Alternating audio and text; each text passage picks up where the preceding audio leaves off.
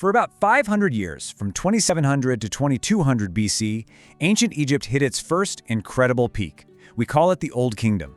It was an era of god-kings, of absolute power, and of monuments so massive they still feel, almost impossible. This was the age of the pyramids. And in this explainer, we're going to dig into how it all rose to such incredible heights and why it all came crashing down. You know, when you look at these incredible structures, it really boils down to two massive questions. First, how in the world did they pull this off with Bronze Age technology? But maybe the even bigger mystery is this: after building on a scale that would echo for thousands of years, why did they just stop? All right, let's get into it. Okay, so first things first, let's get our bearings. The Old Kingdom, for all its glory, was a brilliant but pretty brief 500-year chapter in the huge 3,000-year story of ancient Egypt. It wasn't the beginning, and it was nowhere near the end, but wow, it was the period that would define Egypt forever. So how did it all kick off? Well, the Old Kingdom didn't just pop up out of nowhere. It was really built on one revolutionary idea, an idea that let them concentrate the entire civilization's power and resources right into the hands of a single person. And that idea was divine kingship. You see, the king wasn't just a ruler, he was a living god on earth. As the incarnation of the god Horus, he was the essential link between people and the heavens, and his absolute power was what kept the universe in balance. Now, when you can command the wealth and the labor of an entire nation as your divine right, well, you can build almost anything. And you can see exactly how that divine power sparked incredible innovation right here. Before the Old Kingdom, tombs were pretty simple, single-level structures. But King Djoser's chief architect, an absolute genius named Imhotep, he had this radical new idea. Why not stack these levels on top of each other? And build it all not with mud brick, but with permanent, everlasting stone. The result? The Step Pyramid of Saqqara, the world's very first massive stone monument. The Pyramid Age had officially begun. So Imhotep had laid the foundation, but it was the kings of the 4th Dynasty, from about 2613 to 2494 BCE, who would take his incredible idea and just perfect it. They reached a level of royal power and architectural mastery that, honestly, has never been equaled. Now, what's really fascinating here is the father-son dynamic.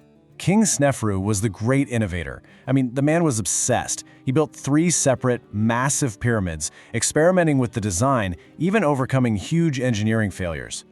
In the process, he ended up using more stone than any pharaoh in history.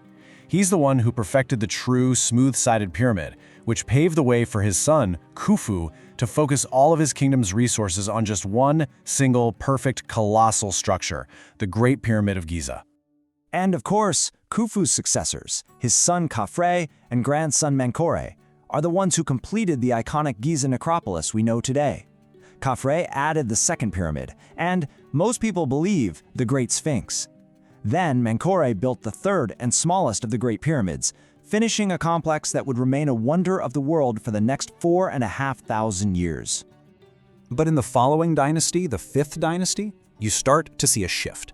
After the absolute peak at Giza, the priorities began to change. Kings started focusing less on building these gigantic pyramids and more on constructing temples for the sun god Ra and on launching these ambitious trade expeditions. The age of the giants? It was already starting to fade. And this leads us right to our second big question. How could a civilization that was so powerful, so organized, and so incredibly prosperous just fall apart? The stability that had defined the Old Kingdom for centuries was about to completely shatter. It led to a period of chaos, famine, and civil war that historians now call the First Intermediate Period. Listen to this. It's a world away from the grandeur of the pyramids. This stark description comes from the tomb of a regional governor named Khufu. It's one of the few first-hand accounts of the collapse, a visceral reminder of the very real human suffering behind the fall of a great state. So what happened? Well, it wasn't one single thing, but more of a perfect storm of factors.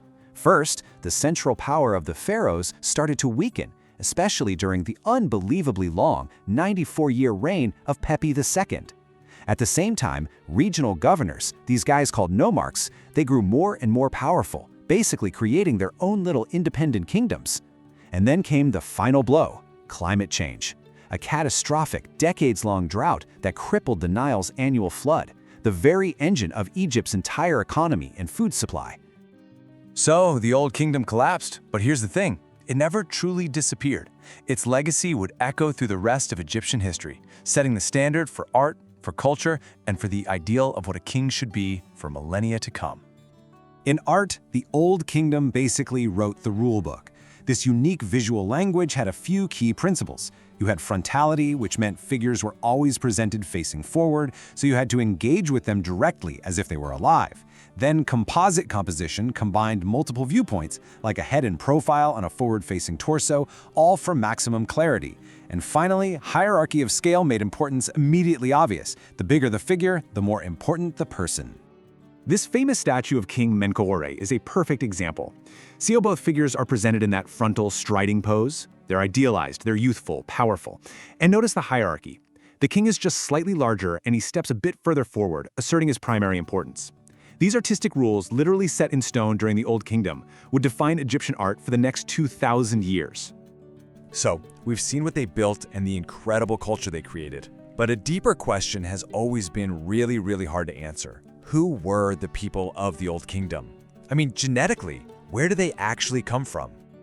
For decades, the hot, dry climate of Egypt made recovering ancient DNA pretty much impossible. But now, for the first time ever, a groundbreaking 2025 study has successfully sequenced the entire genome of an Old Kingdom individual. And the results are, well, they're stunning. This high-status person from the absolute heart of the Pyramid Age gets most of his ancestry from local North African populations, which, you'd expect. But, and this is the big one, nearly a quarter of his DNA traces back to the Eastern Fertile Crescent. That's the land of ancient Mesopotamia. This is the very first direct genetic proof of migration from Mesopotamia into Egypt, right alongside all the known transfers of writing, plants, and animals from that region. It's just a powerful reminder that no civilization, no matter how iconic, is an island.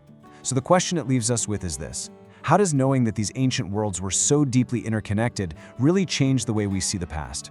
Thanks for watching, and if you liked the video then please hit the like button.